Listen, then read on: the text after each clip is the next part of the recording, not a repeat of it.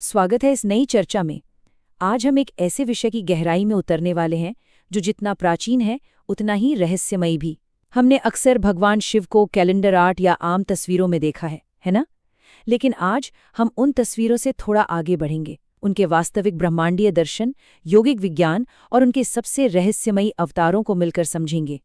तो चर्चा शुरू करने से पहले एक बुनियादी सवाल, आखिर शिवा हैं कौन?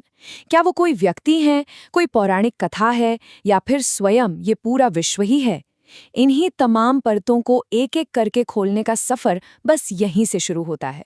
इस विशाल विषय को हमने 5 हिस्सों में बांटा है। पहला, भगवान शिव कौन है।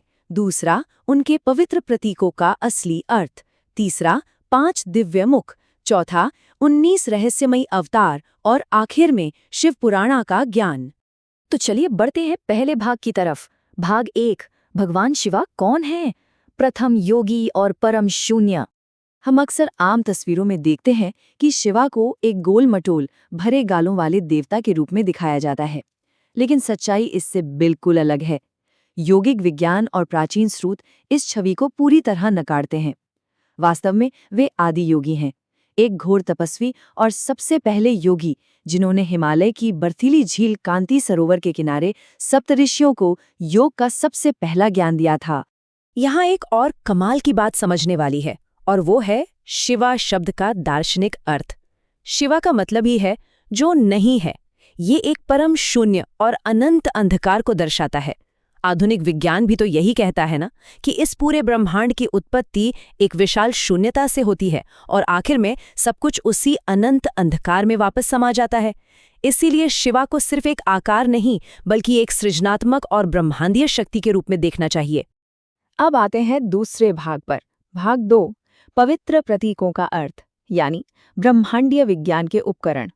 शिव के साथ हम जो भी भौतिक प्रतीक देखते हैं वो दरअसल आंतरिक विज्ञान के गहरे उपाकरण हैं। जैसे उनका त्रिशूल रज, तम और सत इन 3 गुणों का प्रतीक है। उनका डमरू जिससे सृष्टि का संगीत उत्पन्न हुआ। पौराणिक स्रोतों की माने तो जब देवी सरस्वती अवतरित हुई थी तब शिवा ने 14 बार डमरू बजाकर अनंत संगीत की शुरुआत की थी। गले में लिपटे नागराज वासुकी परम भक्ति के प्रतीक हैं, और जटाओं में बहती पवित्र गंगा जिसका वेग इतना ज्यादा था कि पूरी सृष्टि नष्ट हो सकती थी, उस अपरम शक्ति को नियंत्रित करने का प्रतीक है। इसी वजह से उन्हें व्योमकेश भी कहा जाता है। और उनके मस्तक पर सजे चंद्रमा के बारे में भी एक बेहद रोचक जानकारी मिलती है। कथाओं के अनुसार जब राजा दक्ष ने चंद्रदेव को श्राप दिया था तब उन्हें बचाने के लिए शिव ने अपने मस्तक पर शरण दी थी। लेकिन इसका दार्शनिक और आंतरिक विज्ञान क्या कहता है? चंद्रमा को मन का कारक माना जाता है। मस्तक पर चंद्रमा धारण करने का सीधा सा अर्थ है अपने मन और दिमाग पर पूरा नियंत्रण स्थापित करना, एकदम परम नियंत्रण। चलिए अब तीसरे भाग की बात करते हैं। भाग 3, पंच दिव्य मुख यानी पंचानन का रहस्य। ये सिद्धांत ब्रह्मांड की सम्मिति को बहुत ही कुशल तरीके से पेश करता है। शिवा के 5 मुख दरअसल सृष्टि के 5 कल्याणकारी कार्यों, दिशाओं और तत्वों से जुड़े हैं। पश्चिम वाला मुख साध्योजाता, पृथ्वी और नवसृजन को दर्शाता है। उत्तर मुख वामदेव, जल और शांति का प्रतीक है। दक्षिण मुख अघोरा, अग्नि और भयनाश से जुड़ा है। पूर्व मुख तत्पुरुषा, वायु और आध्यात्मिक ज्ञान लाता है। और ऊर्ध्वा यानी ऊपर की ओर का मुख ईशान, आकाश तत्व और मोक्ष को दर्शाता है। इन तत्वों और दिशाओं पर ध्यान लगाकर हम सच में आंतरिक शांति और संतुलन प्राप्त कर सकते हैं।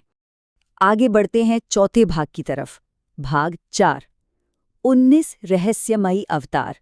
वो अवतार जो आम धारणाओं से बिल्कुल परे हैं। 19 सुन के थोड़ी हैरानी होती है ना? पर हाँ, शिवा केवल निराकार लिंगा या ज्योतिर्लिंग के रूप में ही नहीं, बल्कि इस पृथ्वी पर 19 अलग अलग भौतिक अवतारों में भी प्रकट हुए हैं। ये बात काफी कम लोग जानते हैं। इनमें से कुछ प्रमुख अवतारों पर एक नजर डालते हैं। जैसे वीरभद्र, जो राजा दक्ष के यज्ञ को नष्ट करने के लिए बेहद क्रोध में शिवा की एक जटा से उत्पन्न हुए थे। महाबली हनुमान, जिन्हें 11वां रुद्र माना जाता है और जो शिवा की ही ऊर्जा से उत्पन्न हुए थे। उसके अलावा शराब अवतार, जो भगवान नरसिंह के अत्यधिक क्रोध को शांत करने के लिए एक महाभयंकर रूप में प्रकट हुए थे। और इन सभी में अश्वत्थामा का प्रसंग तो बेहद ही रोचक है। गुरु द्रोणाचार्य की घोर तपस्या के नतीजे में अश्वत्थामा एक अंश अवतार यानी अंश अवतार के रूप में जन्मे थे, और शायद यही कारण था कि महाभारत युद्ध की आखिरी रात में अश्वत्थामा ने शिव की उसी विनाशकारी ऊर्जा का इस्तेमाल करके अकेले ही बची हुई पांडवा सेना का संहार कर दिया था। इनके अलावा कुछ अवतार ऐसे भी थे जिनका एकमात्र उद्देश्य अहंकार तोड़ना और परीक्षा लेना था, चाहे वो देवी पार्वती की भक्ति परखने वाले ब्रह्मचारी हों या फिर देवराज इंद्र का धैर्य आजमाने वाले अवधूत। एक यक्ष के रूप में तो उन्होंने सिर्फ एक तिनके को हिलाने की चुनौती देकर सभी देवताओं का गर्व चूर चूर कर दिया था, और यतिनाथ के रूप में उन्होंने एक गरीब भील दंपति के आतिथ्य और त्याग की कड़ी परीक्षा ली थी। और अब आते हैं अपने 5वें और आखिरी भाग पर। भाग 5, शिवा पुराना का ज्ञान, जो कि सर्वोच्च शास्त्र है। इस ग्रंथ का पैमाना सच में अद्भुत है। महर्षि वेदव्यास द्वारा संकलित इस महाग्रंथ में पूरे 24,000 श्लोक पाए जाते हैं। सोचिए इसकी विशालता के बारे में। ये 24,000 श्लोक कई विभिन्न संहिताओं में बटे हुए हैं।